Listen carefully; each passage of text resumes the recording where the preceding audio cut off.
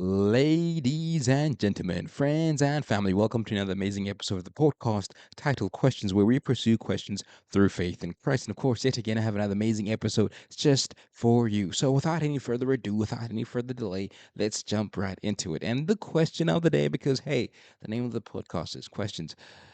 Are you chosen by God? Rather, what does it mean to be chosen by God? That's a very good question. Does it mean fame, fortune, clout, followers, wealth, and honor? I think we look at a modern contemporary society, and we look at religion, faith, and most notably Christianity. We have a lot of famous pastors, prestigious people, famous people, and a lot of the times when we think about the chosen ones, I think we think about those super mega pastors who everybody knows, famous and popular, and who's to say they're not chosen? I don't know. But I just want to look at the criteria in terms of, of what, what makes a disciple of God, of somebody who's called to serve, you know, um, because I think what your everyday person sees, what I see, is just famous pastors and famous people. And I don't know about you, but I remember my experience of going to a mega church. I'm not gonna name the church, but back when back in the day when I used to go to this mega church, it was an amazing church. Honestly, the music was great. It was mega. It was a mega church. It was big, and you know, um, lights, camera, action, the lights, the music felt like a great concert. But over after just a while, you start feeling like it's just that, just going for a concert, just for a show. Then you have the pastor in the skinny jean, the cool pastor with his wife, the whole spiel and everything, and you kind of think like, is this it? It felt like like I'm just a spectator there, and I just came to see the famous pastor. you know, um, you know, uh, you get the point. But I just want to jump into the text in that to actually see actually what does it mean to be called, because a lot of times people always associate being called by God with with being famous, with clout, with having a bunch of followers, and and all of that. So I just want to see what the text says, and we're going to start with First John chapter um 2 verse 15. Um, First John chapter First John chapter 2 verse 15. John in his own epistles writes in verse 15. He says, "Do not love the world, do not love this world, nor the things that it offers you. For when you love the world, you do not have the love of the Father in you. For the world offers only a craving for pleasure, a craving for everything we see, and pride in our achievements and possessions." You know, um, in Matthew's gospel, it narrates the story of a rich young ruler, though being zealous for God and his laws, walks away disappointed when God tells him to go sell everything he has and give to the poor and come follow him. I think something like a consistent theme in the first text in Matthew's and story is that I would say that being being chosen by God, being a servant of God, uh, means that you do not love the things of this world, material possessions and achievements. The brass ring, just like how the rich young ruler, though he was zealous for God, and he approached Jesus and he said, "Hey, I follow the commandments." And Jesus looked at him and and he said, "Okay, great. Then how about you sell everything you have, then come follow me?" Then the rich young ruler walked away sad and upset because he was rich, and why would he sacrifice all of that and follow this person who isn't rich? So I think always like, like I think that tells me that being chosen by God has nothing to do with, how rich or famous you are. That is not what those are not the qualities, those are not the things that sets you apart to being chosen by God.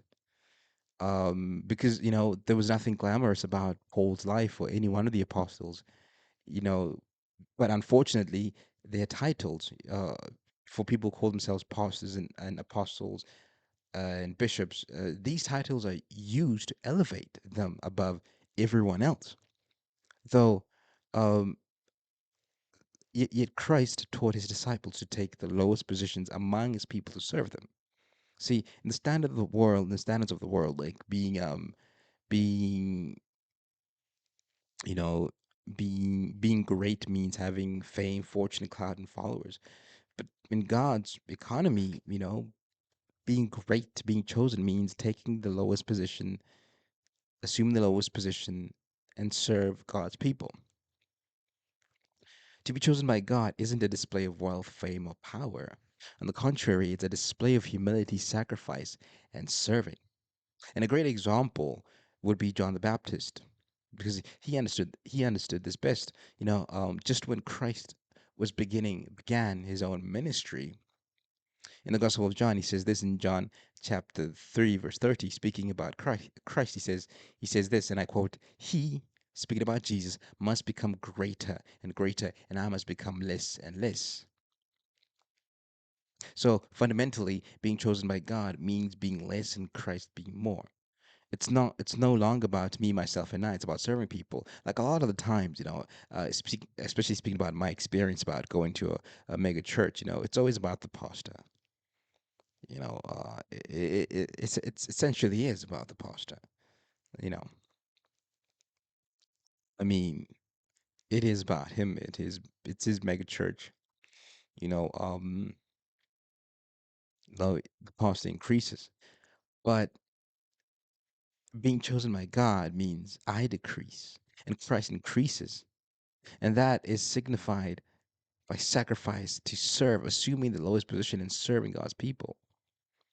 And when I and now a lot of the times, when people say, "Hey, I want to be a pastor one day," or "I want to be a bishop," or whatever these titles which are used uh, by these people, they thinking, and a lot of times people think they're thinking about, oh, one day I want to write a book, I want to speak in front of hundreds and thousands of people, I want to be famous. I'm going like that's usually what goes with the idea of one day I want to become a pastor.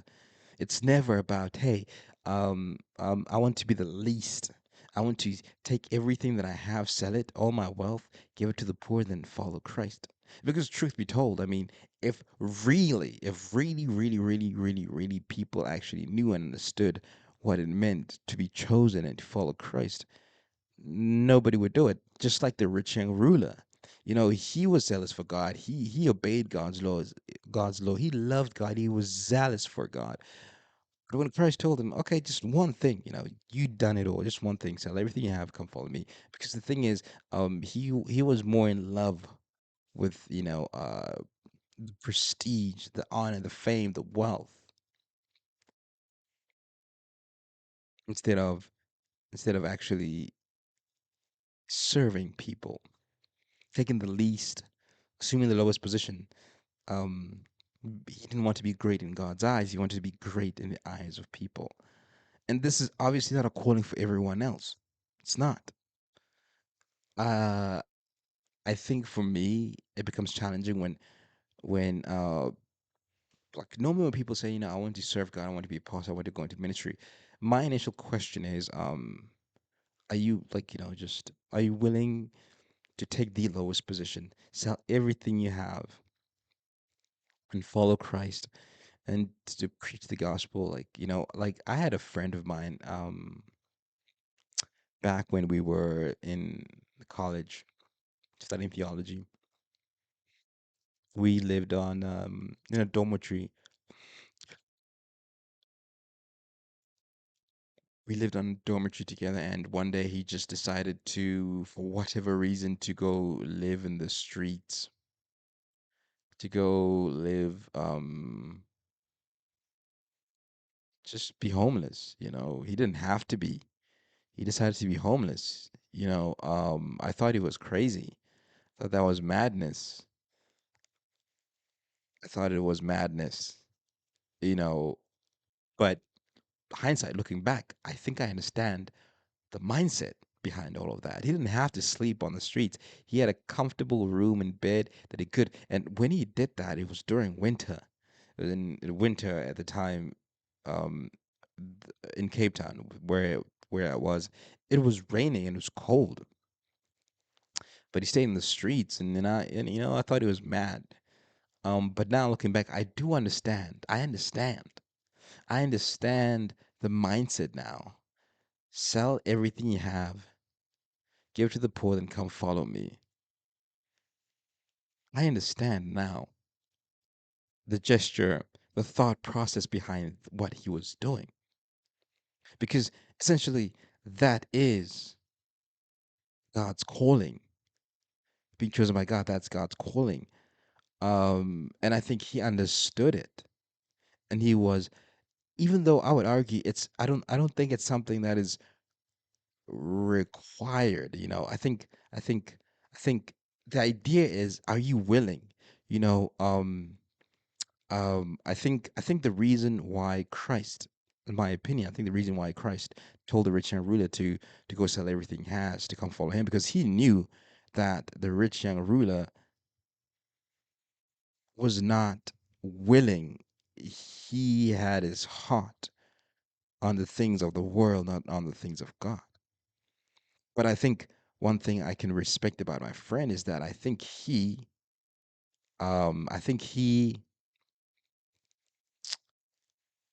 understood it. He didn't have to do it, but maybe perhaps I don't know what the thought process was. Maybe he had to prove to himself that um, he was willing to follow Christ, give up everything he had to follow Christ, even though he didn't have to. So I understand it now. I took it for granted then, but I understand the thought process of it. Um, and I think if people, everyone who says, I want to go into ministry, I think I would something I'm just gonna put out there, like I'm gonna put a rough number. I think, in my opinion, 98% of people, if they realize exactly what it is to go into ministry, to follow God and to serve God, they wouldn't do it. I think a lot of the times we look at all these mega churches and all these famous pastors. That's what we think ministry is. Oh, I'm going to be this great famous person. About me, me, me. I'm going to write these books. I'm going to have these powerful sermons. I'm going to preach. It's never about actually really intentionally serving people. Even if it meant giving up everything you have, giving to the poor and follow Christ. Essentially, that was what the first inaugural church did. They sold their possessions and gave to those who had need, because their heart was not with the world. As John says, he who loves the world does not have the love of the Father. And John in his epistles speaks about loving people and how love is a verb, instead of just wishing people well and say, hey, God, wish you well, but actually instead, just really, really, just loving people. And that is why the rich young ruler walked away sad, because he knew that he would have to make the sacrifice to become less a servant while Christ increased. So, unless you're willing to walk that path, decreased while Christ increases, it's not God's calling. And a great example of this is an example that Christ himself made, as Paul writes in Philippians 2:8. He says this, and I'm summarizing. He says, Christ being chosen, who was chosen by God, though he was God, he took everything he had, put it aside, took the form of a servant, became a human being, and served God's people. Even Christ did that. He became the least. Imagine the Son of God, who in very nature being God, put his deity aside and took the form of servant, being a human being, a man, living among the poor, being the least of the least, and serve people to the point where it even cost him his life. And that is God's calling. That is what it means to be chosen by God. It's not glitz and glam and fame and clout and being popular and having all these powerful sermons and having people praise you. Oh, pastor, what a great sermon you have. It's and it's that's not what it's about. It's about serving. Are you able to give it all up? Are you able to give it all up? Give it to the poor, then go and follow Christ. Is your love for the world or is your love for God's people? That's the question. If not, then it's okay. Then ministry is not for you. Like I just I always struggle when I sit down with people who just, want to go into ministry and all they care about is the numbers, making sure that people pay tithes and making sure that they get a salary. And that's not what ministry is about. And it's not about profit, it's not about gain. In fact, it's about giving. It's about serving. Christ says it is not the one who's sitting at the table who's great, rather it is the one serving the table. That's God's economy.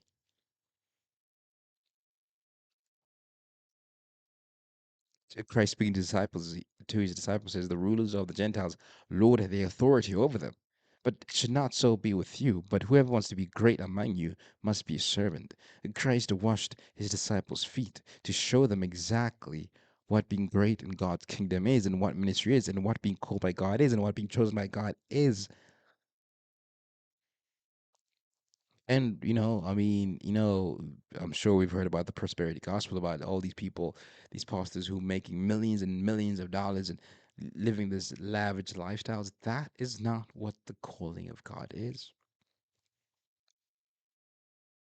So maybe you've been wondering, you want to walk on this path, and if the glitz, the glamour was what you had in mind, then this is not for you. Christ suffered. The apostles suffered. All the people that God called were not called to glitz, glamour, and fame and fortune. They were called to a life of struggle.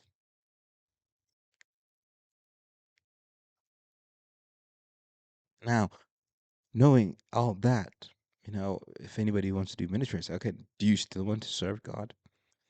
If the answer is yes, then you understand it. You understand. And if you walk away sad like the rich young ruler, and that's okay too, just as long as you know what following Christ is.